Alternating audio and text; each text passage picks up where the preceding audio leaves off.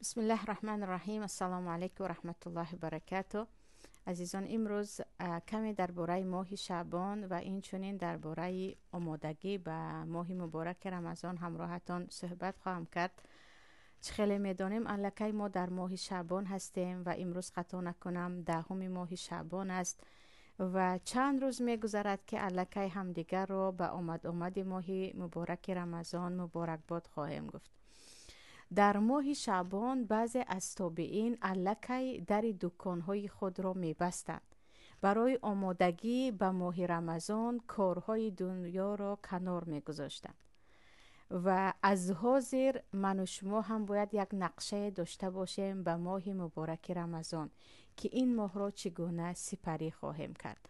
اما در همین ماهی که امروز من و شما داریم در داخلش هستیم، در باره ماه شعبان، حدیث در بخاری مسلم است که پیامبر صلی الله علیه و سلم اکثریت این ماه رو روزه می گرفتند و حتی حضرت عایشه می گویند تمام شعبان رو روزه می گرفتند. از اینکه زیاد در این ماه پیامبر روزه می گرفتند، حضرت عایشه گمان میکنند که شاید که تمام شعبان پیامبر صلی الله علیه و سلم روزه دار بودند. یکی سبب روزه‌داری پیامبر صلی الله علیه و سلم این بود که وقتی پرسیده می شود چرا زیاد روزه می گیرید، پیامبر میگن این ماهی هست که بین رجب و رمضان مردم از آن غافل میمانند. دویمش میگویند ترفع الاعمال فیه الی رب العالمین فاحب ان یرفع عملی و انا صائم. در این ماه عملها نزد پروردگار رب العالمین برآورده می شود و من دوست می دارم که نامه اعمال من بالا برآید در حالی که من روزه دارم، در حالی که من روزدار هستم. از همین که این ماه یعنی ماه شعبان یک ساله عملهای ما به نزد پروردگار می براید، پیامبر این ماه را اصلا به عبادت یا گفتیم به پروایی نمی گذراندن. همیشه در این عبادت بلکه از دیگر ماه ها نگاه کرده زیاد روزه می گرفتن. چقدر در این ماه روزه گرفتیم و چقدر برای آمدن رمضان الکی ختم قرآن شروع کردیم تا رمضان قرآن ختم کردیم یا بعضی از صدقه داشته باشیم صدقه هایمون رو کردیم. این دیگر آمادگی هست برای آمدن ماه رمضان و این چونین در این ماهی هست که روزی هست که ببخشید شب 15 شوال که انشالله روز پنجشنبه 13 فوریه فرا میرسد. حدیث در بارش اگرچه بعضی علما یگان تا حدیث صحیح نیست بگویند، هم علمای زیادی هم هستند که میگویند نه، حدیث ها یکدیگر رو قوی میکند و حتی صحیح هم میکند و این چونین امام البانی هم یکی از حدیث هایی که در سنن بیهقی هست حسن میگویند که پیامبر صلی الله علیه و سلم میگویند در شب 15 شعبان پروردگار به حال بنده هایش اطلاع مییابد و تمامی گناه ها را می بخشد به جز گناه مشرک و به جز مشاهین، یعنی آنهایی که با هم قهری هستند و با هم کینه دارند.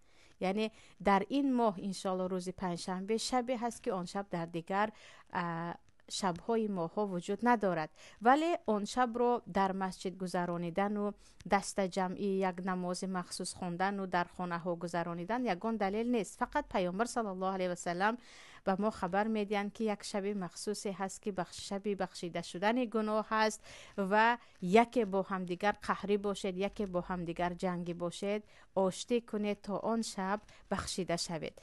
اما از این که گفته ماه رمضان دیگر ببخشید ماه شعبان مقدمه ماه رمضان است. عزیزان، آنهایی که در ماه رمضان فرصت رمضان را غنیمت نمیدانند دیگر بعید است که در دیگر ماه‌ها گناه‌هایشان بخشیده شود و از پی عمل‌های صالح باشند. در ما حدیث است که لفظش در صحیح یعنی معنایش در صحیح مسلم هم هست.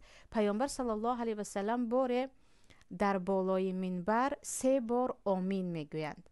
سپس صحابه ها میپرسند که پیامبر الله شما 3 بار آمین آمین آمین گفتید، چرا این رو گفتید؟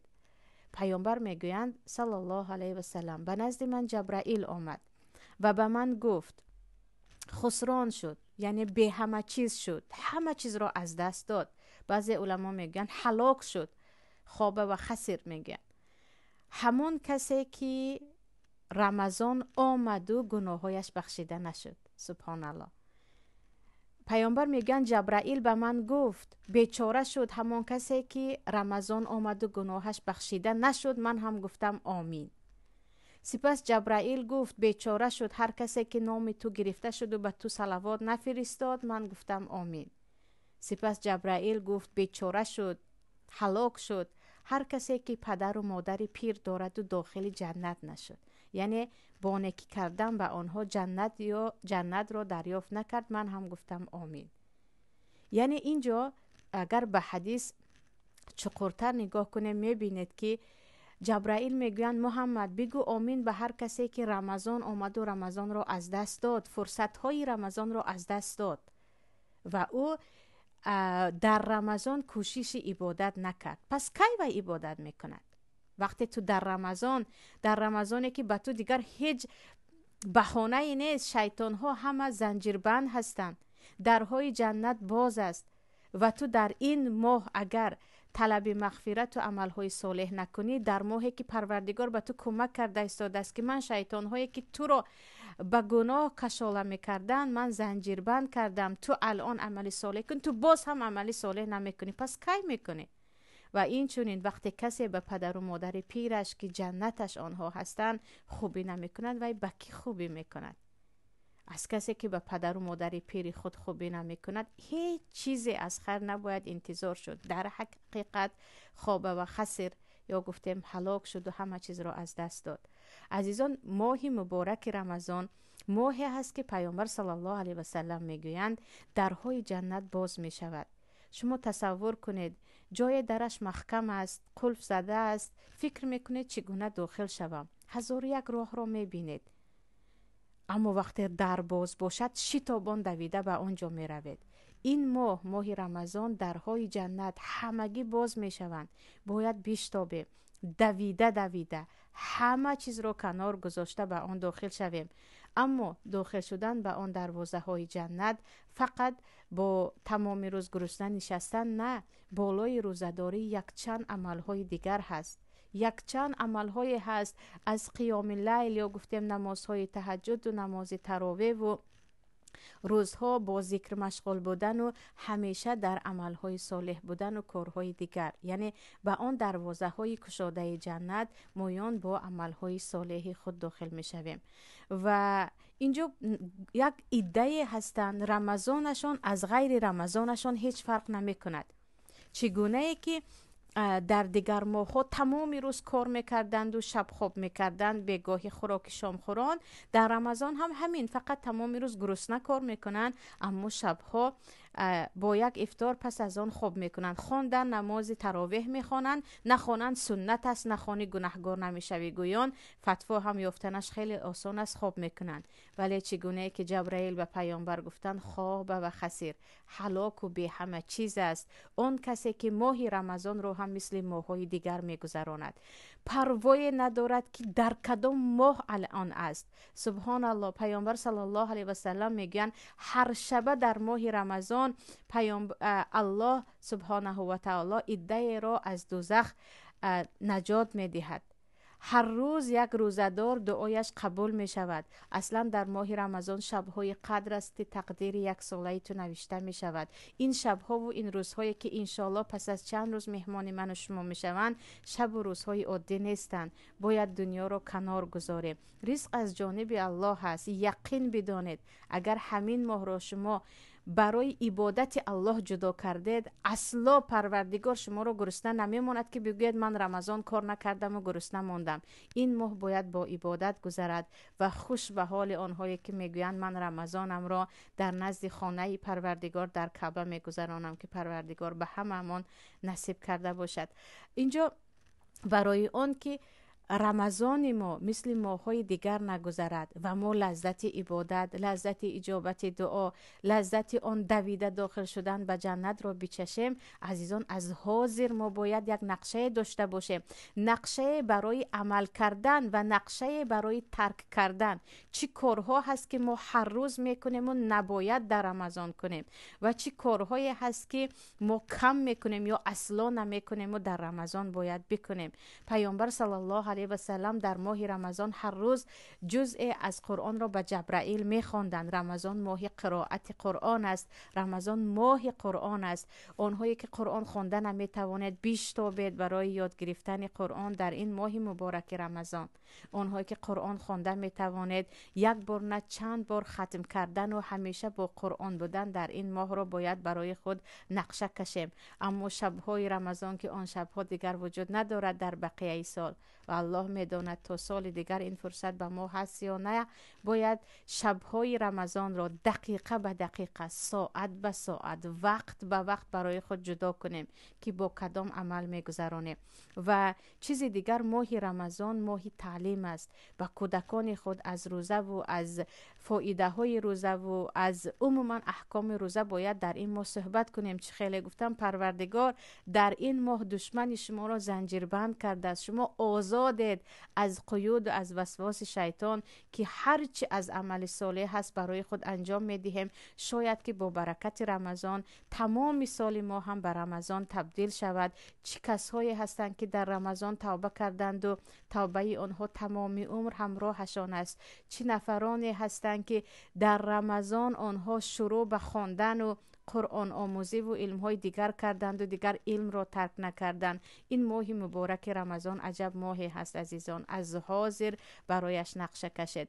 من خیلی تأسف میخورم به هر پدر و مادری که یا به هر عائله‌ای که به یک عیدهای جشنهای پر از گناه از ترس نمیدونم از چیزی دیگر 1 ماه 2 ماه 3 ماه فرزند خود را آزاد میگذارند برای رقصیدن در نوروز و نمیدونم سرود خواندن در چیزی دیگر، اما رمضان پگاه به خانهشان می آید هیچ پروایی ندارند. و اینجا ایده دیگر هم هستند، همون از زنها، همون معرکه خوری، همون مهمانی بازی در رمضان، فقط نامش دیگر روزه کشایان. روزه کشادن و به روزدار خوراک دادن ثواب دارد، اما نه به معنای آن که تو تمام روزت را برای مهمان ها صرف کنی، شبش هم مثل مرده خواب کنی، نه نماز تهجد نه نماز تراویح. چیکار کردی؟ من یک معرکه کلان گرفتم. باور کنید هم انسانی که خالصانه به خاطر الله میخواهد رمضانش را گذراند، هم میتواند یک صائم یا روزدار را سیر کند، هم میتواند شبش به عبادتهایش رسد. نگذارید که باز خیلی گفتم با نام روزه کشایان 1 ماه رمضانتان با معرکه خوردن و معرکه به معرکه گشتن گذرد. این ماه را دیگر یافته نمیتوانیم. بگذار این ماه فقط ماه ما و الله باشد، شما و عبادتتان باشد. آنجا درهای جنت باز است، انتظار شما هست. با عملها به آنجا باید بدویم، آهسته آهسته، نه دویده دویده به عملهای صالح باید در این ماه مایان کوشش کنیم از آن دروازه ها داخل شویم. شاید که با رحمت پروردگار دیگر آن دروازه ها برای ما بسته نشوند. اجر روزدار چیزی دیگر است، شبهای رمضان چیزی دیگر است. عزیزان، برای تلفنمون خیلی وقت جدا کردیم، برای خریدمون، برای خوردنمون. بیاید این ماه رو برای عبادت جدا کنیم. دیگرها شده می رود، خیلی گفتم، برای عمل کردن یک چند چیزهای و برای ترک کردن یک چند چیزهای نقشه داشته باشیم. من تلفنم رو در ماه رمضان با ساعت میگیرم. من به مغازه و به کوچه در وقت معین یا میروم یا نمیروم. این ماه ماه عبادت من است. من خیلی با همه مشغول بودم، این ماه باید با عبادت خود مشغول شوم. این گونه باید نقشه داشته باشیم، این گونه باید برای رمضان نقشه داشته باشیم تا پروردگار به ما رمضان را با عبادت‌هایش برساند. خیلی ها هستن از اول رمضان بیمارن، همین که رمضان داخل شد فشار من پس شد و روزه گرفتن نتوانستم، فشار من بلند شد، نمیدونم چیزی دیگر شدم، نمیدونم چیزی دیگر. شاید نیت‌هایشان خالص نبود که پروردگار نرسانید، شاید نقشه برای رمضان نداشتند، شاید اصلا از آمدن رمضان خوششان نمی آمد. عزیزان، نیت‌ها رو خالص کنیم. اللهم بلغنا رمضان و بلغنا طاعتک فی رمضان. پروردگار به ما رمضان را برسان و عبادت‌هایت را با بهترین شکل انجام دادنش را در رمضان برسان. شاید که از جمله آنهای باشیم که در این ماه رمضان از نجات یافتگان از عذاب تو باشه. این بود صحبت من همراه شما را به الله می سپارم. اما زنهار نقشه های خود را برای رمضان از امروز آماده کرده باشید. پروردگار از ما و شما الهی قبول کند. السلام علیکم و رحمت الله و برکاته.